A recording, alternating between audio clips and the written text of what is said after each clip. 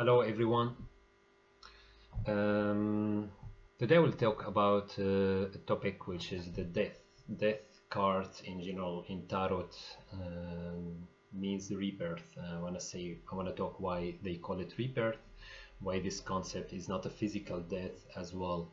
And I think most of tarot readers know what death means, but I want to talk with everybody as usual to make it an easier access to every human being, because it's something I learned a lot from as well. It influenced my life in a very good way.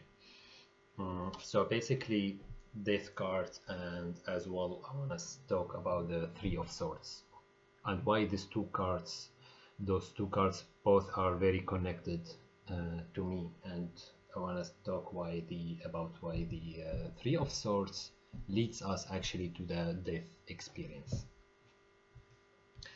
Um, First of all, I want to say that death card to me is life. That's what gives me more life in general, because death takes us to a higher level of consciousness, takes us to a place where we get out of our comfort zone with with all these old patterns that hold us back from reaching what we need in our life. And that's always a topic I talk about, things that hold us back to go further in our life. So actually, death is not about physical death.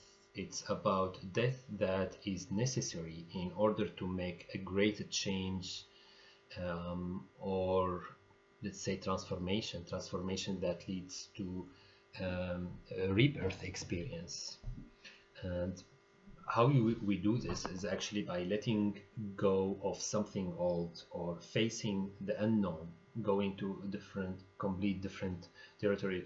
In the end, death is unknown. That's why people scared from these concepts. That's why they have resistance as well from going into this process. It's actually visualizing as well, passing through a dark tunnel. And in these dark tunnels, there are actually all those attachments or insecurities, you can say habits as well. But you have to pass through this to, in the end, reach the light. That's what all spirituality as well talk about. And the concept of death in spirituality is not only tarot, is pretty much about seeing something new, killing an old belief that we put a lot of values in it during our life, and we eventually stuck in it. So by letting something go inside of us, we actually make space for something else to come in. And that's basically what death card means. We try sometimes to fix something toxic, which is, let's take as a relationship, that what mostly happen in our life, our society. We keep on trying to fix it. We keep on trying to see it from different perspective and all that. But basically, sometimes death is the answer for it. Is by letting go, let go, let them live and live your own life without interruptions, without trying all the time to fix it. Addictions, attachments as well. Attachments is something to do with people or as well substances. It can be anything, patterns as well. Attachments can be as well something we're aware of when we're doing it, and sometimes we're not aware of. That's why I think death card is pretty much about life, because when we are not dying, when we're not killing certain habits or attachments inside of us, we actually move like dead. We move like just people, but just like suffering creatures. We're not delightful creatures in this case, because we hold on this kind of beliefs, and we stay in it because it's like a comfort zone for us as well.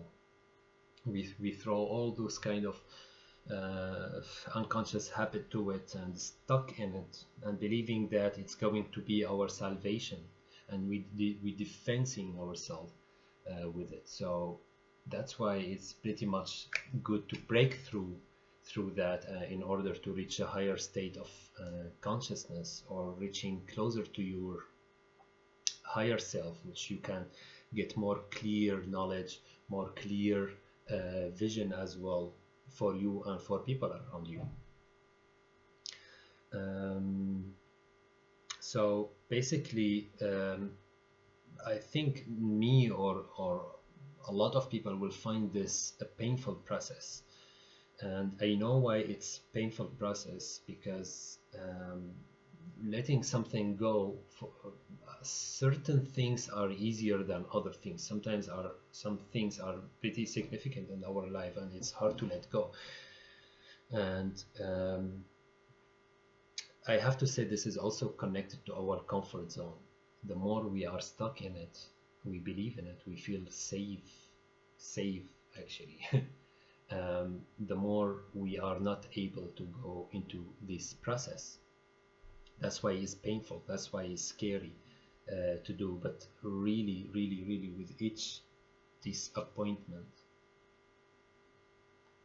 I had in my life, I could easily recognize what expectations I have from people, what as well I'm building like a certain reality about myself or others that is actually not exist, is not there. I'm just building it inside my mind till I reach this point to die before I die.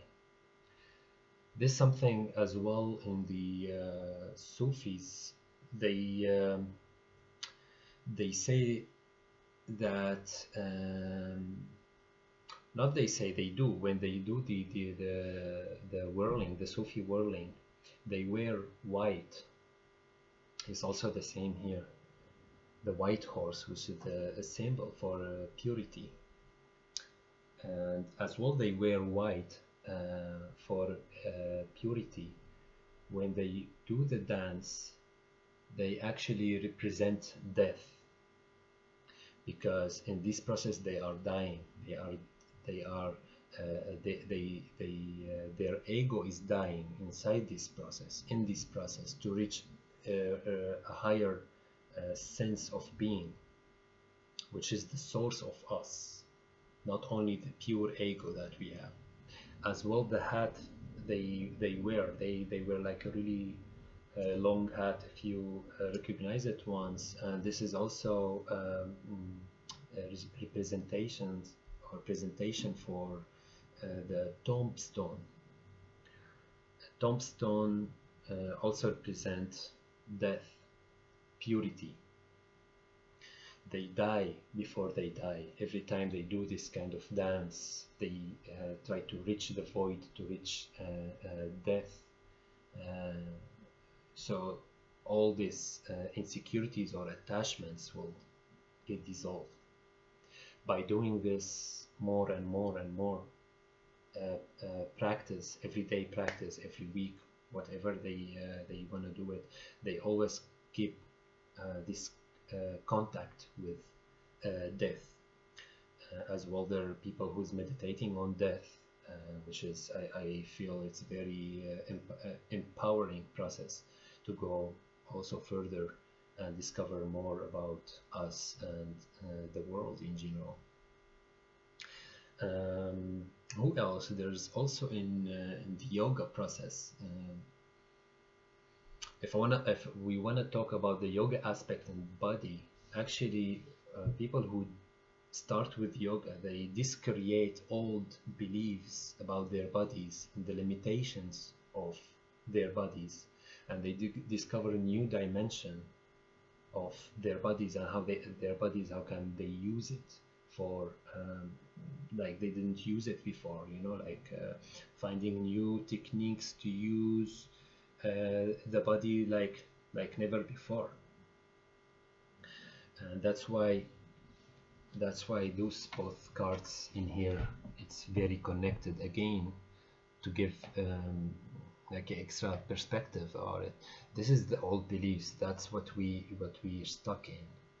And by the process of death, when this is something go away from inside of us, we start seeing the reality as a different thing. It's all in front of us till we kill something inside and replace it with something else. And that's what we become more flexible with, to really get rid of things that is no more valid for us, and get something instead and integrated in our life. I wanna say this. I mean, in my experience, I wanna say it is by letting go was the essence of my growth, and moving forward to achieve my happiness as well, my goals and liberate myself from all blockages that actually influenced my life in a very negative way, with me being unaware of them. So there are a lot of relationships and attachments I had I was really not aware of. I just felt negative energy coming out of it. I felt it. I didn't know what it is till I recognized it. When I recognized it, I decided to let it go. Let it go. Absolutely let it go. I let go of all friends and all family members that didn't allow me to go further with my physical and spiritual growth. Didn't allow me to I don't want to blame anyone, of course. I don't want to blame anybody, because now when I'm doing these videos in general, I'm not talking to your program. I'm not talking to your conditioning. I'm really talking about with you, human. I'm talking with you and what you're capable to do. And how can you be really a happier person?